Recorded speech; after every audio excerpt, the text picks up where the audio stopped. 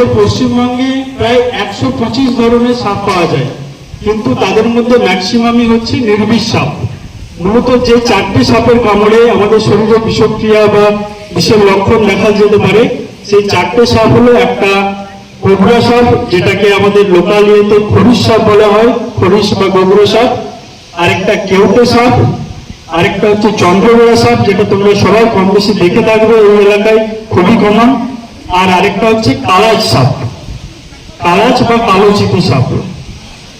এই সাপগুলো নিয়ে পর্যালোচনা করতে গেলে একটা সারাদিনও কম পড়ে যাবে। তাদের বিষের লক্ষণ, বিষের প্রতিক্রিয়া, কতটা বিষ শরীরে গেলে বিষের সিমটমস প্রকাশ পায়, সেগুলো ডিটেলসে বলার অবকাশ হয়তো এখানে হবে না।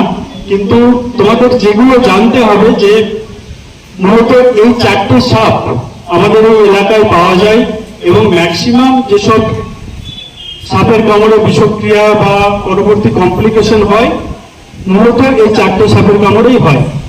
সাপের কামড় বা সাপের বিষক্রিয়ার অ্যাকশন মূলত 3 রকমের হয়।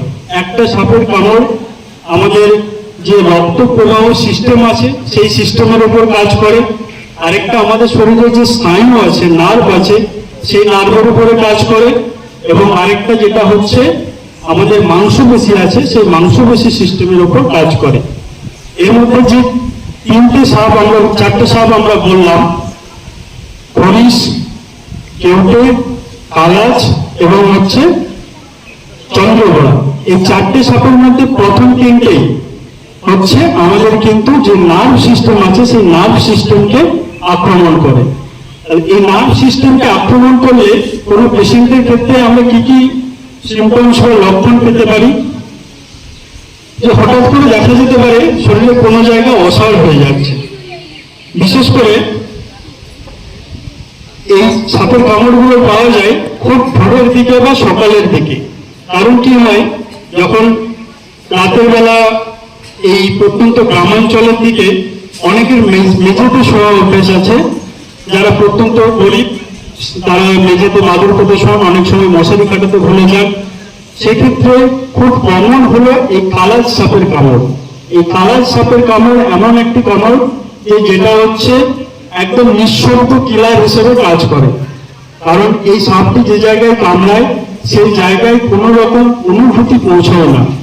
তাহলে যখন কামড়াচ্ছে কোনো ব্যক্তিকে বা কোনো বাচ্চাকে, সে বুঝতেই পারে না যে আমাকে কোনো কিছুতে কামড়েছে।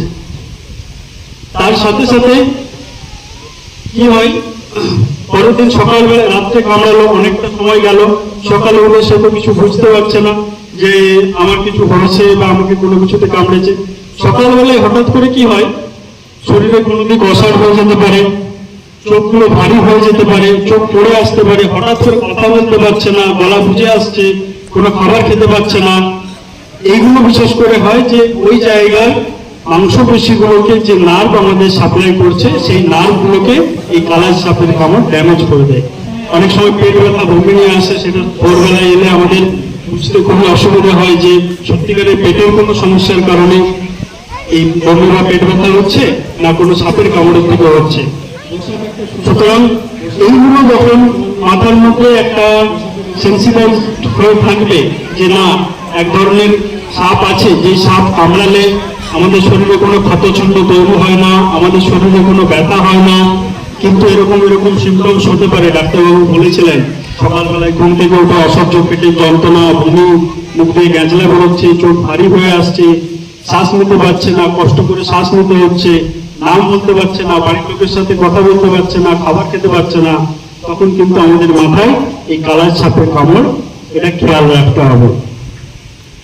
সেই সাপটি হলো চন্দ্রগোড়া সাপ। তোমরা সবাই দেখে থাকবে একদম ভালো ভালো